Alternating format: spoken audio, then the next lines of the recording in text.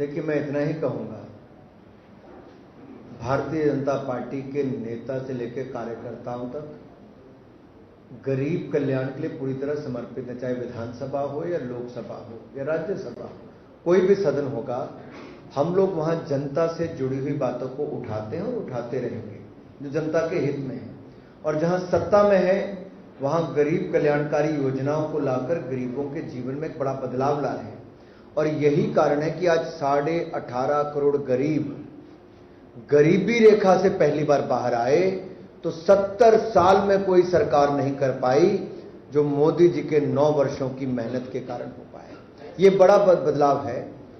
इसलिए मोदी जी ने कभी किसी को ना एंटी इंडिया कहा, ना एंटी पीपल कहा, ना एंटी गवर्नमेंट कोई हो सकता है, लेकिन जनता के खिलाफ कोई नहीं हो सकता है। मेरा सेकंड क्वेश्चन है, आप कल पार्टी हेडक्वार्टर्स में प्रेस कॉन्फ्रेंस की, वेस्ट बंगाल में जो सेंट्रल फंडेड जो स्कीम जो स्ट्रांग हो, यहाँ पे पीएम आवास ग्रामीण योजना में 2021 में सेंट्रल टीम आई, उन्होंने जो रिपोर्ट दिए थे वो सरासर उसमें बहुत कुछ था, मगर कुछ कार्रवाई क्यों नहीं किया गया सेंट्रल गवर्नमेंट से उससे यूनियन गवर्नमेंट? बहुत अच्छा सवाल है आपका, और मैं सबकी जानकारी के लिए बताता हूं। जैसे मान लीजिए पश्चिम बंगाल का आपने उदाहरण दिया। अब पश्चिम बंगाल में मनरेगा योजना के अंतर्गत Mahatma Gandhi National Rural Employment Guarantee Scheme, इसके अंतर्गत जो भारत सरकार के द्वारा पैसा दिया गया उसमें कोई कमी नहीं है। और जो कितने में 5-6 खाते नेशनल रूरल लाइवलीहुड मिशन से लेकर प्रधानमंत्री आवास योजना, ये 4-5 चीजों पर पश्चिम बंगाल की सरकार ने विषय उठाया। हमने आंकड़े देकर बताया कि यूपीए की सरकार के समय 50,000 करोड़ मिला था, हमारी सरकार के समय 2 लाख करोड़ से ज्यादा मिला है।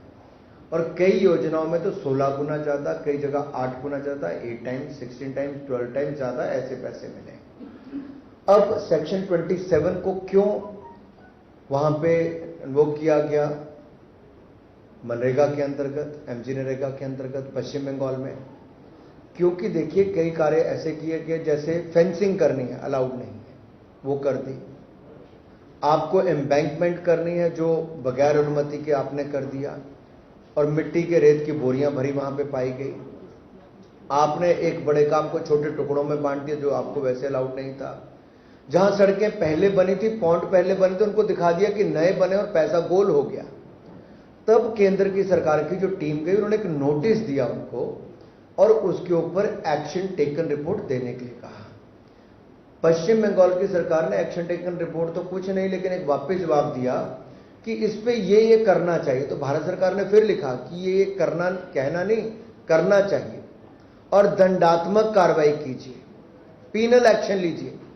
बट ममता बनर्जी जी की सरकार ने पीनल एक्शन लेना तो दूर, एक भ्रष्ट सांसद को, जिनके ऊपर गंभीर भ्रष्टाचार के आरोप लगे हैं, ईडी की जांच चल रही है, उनकी अध्यक्षता में अपने नेताओं को भेजा Delhi.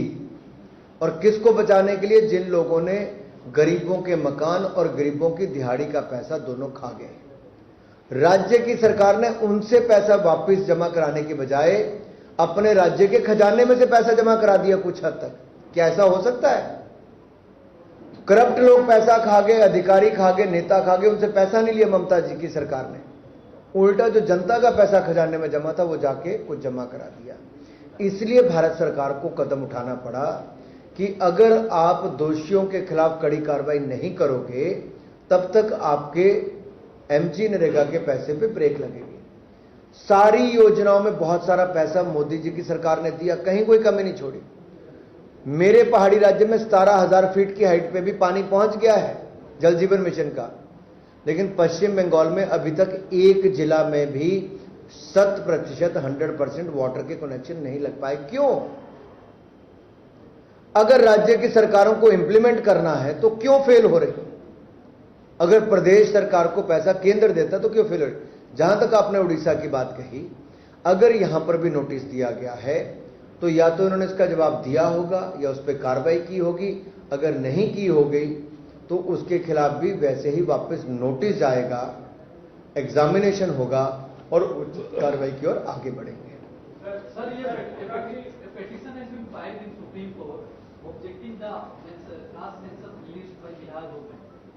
So how do you see this episode of releasing caste census by Bihar government ahead of general election? ये जो आपने कास्ट सेंसस की बात कही, इसके ऊपर मैं इतना ही कहूंगा, अभी कल रिपोर्ट आई है। रिपोर्ट का आधार क्या है, क्या उसके विस्तार में जब तक पढ़ोगे नहीं तब तक टिप्पणी करना उचित भी नहीं है। इसलिए इसको अच्छी तरह से पढ़ेंगे भी और विस्तृत एक प्रेस ब्रीफिंग भी करेंगे ताकि अपना पक्ष भी वहां पे रख सकें। अब हमें पोलिटिक पक्ष इधर से इधर अमित शाह आके यहाँ पे उड़ीसा सीएम को मोस्ट पॉपुलर सीएम बोलते हैं, फिर सीएम मोदी सरकार को 8 आउट ऑफ 10 देते हैं। आप भी सर यहाँ पे वेस्ट बंगाल के बारे में बोलते हैं, बट उड़ीसा में तो lot of confusion not only among media और पार्टी वर्कर्स, आपके पार्टी वर्कर्स के अंदर भी सारा कंफ्यूजन सिस्टम है। तो मेरा सवाल सर ये है कि will BJP fight the 24 elections और will it give a walk through to BJP? देखिए, एक तो प्रेस कॉन्फ्रेंस में तय नहीं होता कि क्या करना है, पहली बात यह है। दूसरी, मैं कहता हूं कि भारतीय जनता पार्टी वो राजनीतिक दल है जो कार्यकर्ताओं के दम पर चुनाव लड़ती भी है, जीतती भी है और आज दुनिया का सबसे बड़ा राजनीतिक दल है। और दुनिया का सबसे लोकप्रिय नेता अगर किसी पार्टी के पास है तो प्रधानमंत्री नरेंद्र मोदी 78% पॉपुलैरिटी ग्राफ के साथ न केवल देश बल्कि दुनिया के सबसे लोकप्रिय नेता है। जहां तक चुनाव की बात है, भारतीय जनता पार्टी हर चुनाव दम खम से लड़ती है और अच्छे नतीजे भी उसके हमने पूर्व में देखे हैं और आप भविष्य में भी देखोगे चुनाव पूरे दमखम के साथ लड़ेंगे और अच्छे नतीजे भी आएंगे। सर क्या वजह है कि सवाल है, देखिए जो अधिवेशन गया है पिछले 4 दिन में, तो माननीय प्रधानमंत्री नरेंद्र मोदी ने एक जो पदक्षेप लिया है, महिला बिल ला करके एक जो पदक्षेप लिया है वो इतिहास का है। तो ये सिलसिले में मैं जानना चाहूंगा कि ये जो बिल लाया गया है ये इसका इम्प्लीमेंटेशन चालू होगा और इसके चालू होने में और कितना दिन लगेगा, इसके बता सकते हैं क्या? देखिए, पहले तो आपका धन्यवाद। आपने कहा कि नारी शक्ति बंधन बिल जिसके माध्यम से 33% आरक्षण महिलाओं को मिलेगा, आपने उसका स्वागत किया, मैं आपका धन्यवाद करता हूं। दूसरा, आपने चिंता जताई कि कब लागू होगा। डीलिमिटेशन कमीशन और सेंसस, ये 2 काम होने जरूरी हैं जिसके आधार पर ये होगा। तो सेंसस होने वाला है, उस पर एक रोक लगी हुई थी, वो अभी हो जाएगा। कोविड के चलते 2021 में नहीं हो पाया।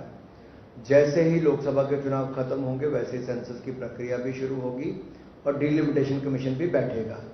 और जब वो बैठेगा तो फिर संख्या के आधार पर उनका क्राइटेरिया होता है, उसके आधार पर वो लेंगे ताकि किसी राजनीतिक दल को ये कहने का मौका ना मिले कि इस सीट को आपने आरक्षित कर दिया है, उस सीट को आरक्षित कर दिया। बहुत सारी जगह राज्यों में ये आरोप लगते हैं कि किसी एक सीट को रिजर्व कर दिया जाता है, किसी नगर पालिका जिला परिषद को भी पोस्ट के हिसाब से वैसे रिजर्व। तो हम नहीं चाहते कि हमारे ऊपर कोई आरोप लगाए। बिल्कुल निष्पक्ष इस पे सेंसस के बाद डीलिमिटेशन कमीशन अपना काम करे और महिला आरक्षण बिल को जल्द से जल्द लागू करे।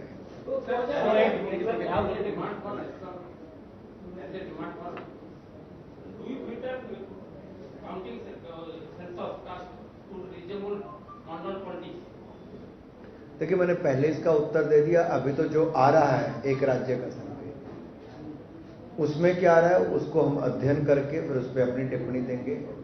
लेकिन इतना तो स्पष्ट हो गया देश में कि मोदी जी के काम का जवाब किसी के पास नहीं, मोदी जी के नेतृत्व का जवाब किसी के पास नहीं, मोदी जैसी दूरदृष्टि और विजन किसी के पास नहीं। और जो गरीब कल्याणकारी योजना मोदी जी ने चलाई, अब सबको लगता है कि मोदी जी जो कहते हैं वो करते हैं।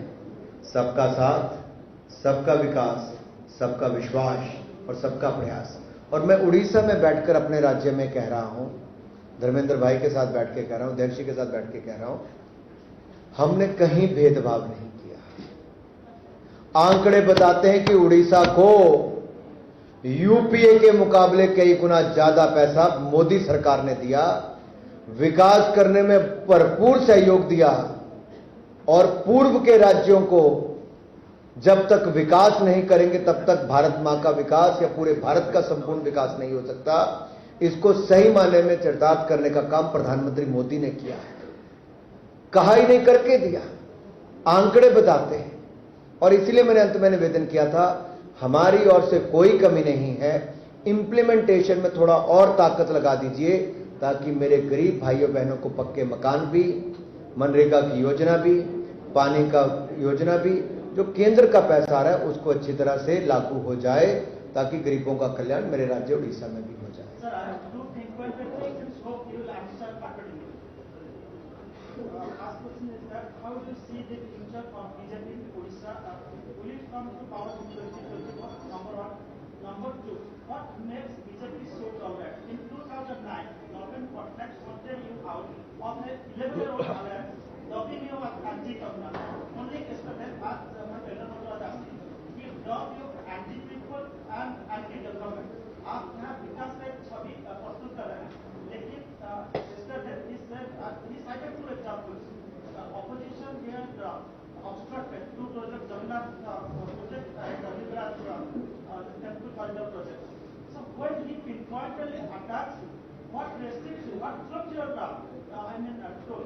मैं आपके दो सवालों में दोनों का उत्तर देता हूं, आशा करता हूं आप सहमत होंगे। लोकतंत्र में जनता सबसे बड़ी ताकत है, किसी व्यक्ति के कहने से कुछ नहीं होता। अगर एंटी पीपल होते तो 2014 और 2019 में पूर्ण बहुमत की सरकार पूरे देश में 1984 के बाद कभी बनी तो नरेंद्र मोदी जी के नेतृत्व में। तो एंटी पीपल तो है नहीं, क्योंकि जनता ने ही वोट दिया है। दूसरी बात आपने कही, दूसरी क्या कहा था आपने? और अगर हम लोग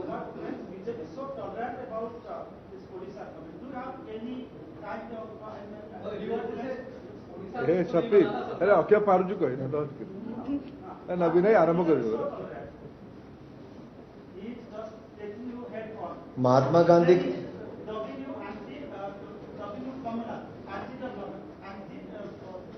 जिस पार्टी का और जिस प्रधानमंत्री का संदेश ही सबका साथ सबका विकास हो, वो तो एंटी नहीं हो सकता। दूसरी बात मैं आपको आंकड़े देके बता रहा हूं, 4 करोड़ पक्के मकान बने, 12 करोड़ टॉयलेट्स बने, 13 करोड़ घरों को नल से जल दिया गया, 9 करोड़ 60 लाख बहनों को रसोई गैस के सिलेंडर मुफ्त में कनेक्शन मिला, 60 करोड़ लोगों को 5 लाख का इलाज आयुष्मान भारत योजना में मिला, 220 करोड़ वैक्सीन मुफ्त में लगी, 80 करोड़ लोगों को 2.5 साल तक मुफ्त में राशन मिला। क्या किसी एक व्यक्ति से हमने पूछा, हिंदू हो, मुसलमान हो, सिख हो, ईसाई हो? नहीं पूछा। जिसका हक था उसको दिया और सबका साथ सबका विकास किया। We are pro people and pro poor government,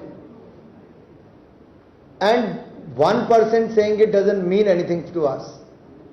It is the people of the country who believe in Modi, who believe in the policies of Modi, and he has proved by doing it for the welfare of the people.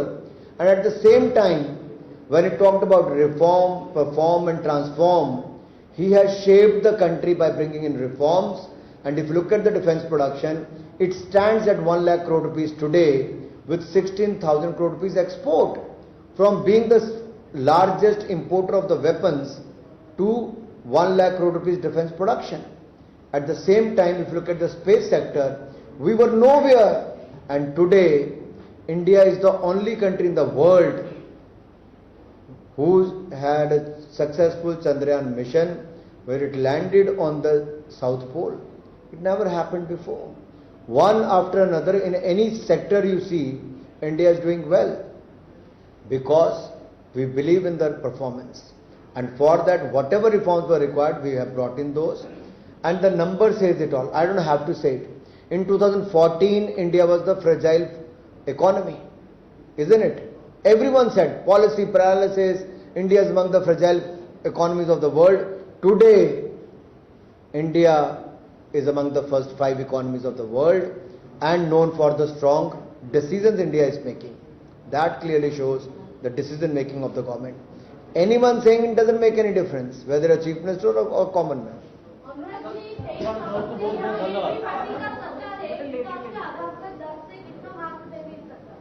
देखिए, सत्ता को कितने marks देने हैं वो media दे सकता है, जनता दे सकती है। अनुराग ठाकुर तो यहाँ कमल के फूल के लिए वोट मांगने आएगा ताकि भारतीय जनता पार्टी की जीत हो, और हम तो यही चाहते हैं कि मोदी जी के जो काम है वो जन जन तक पहुंचे और उसको लाभ मिले। जब तक हमारी अपनी सरकार नहीं बनती तब तक हम दूसरों से अनुरोध करें, भाई इंप्लीमेंटेशन करो, गरीबों का कल्याण करो। Thank you. दिल्ली पुलिस का स्पेशल सेल है न्यूज। मैंने दे दिया उत्तर, पहले पूछा था।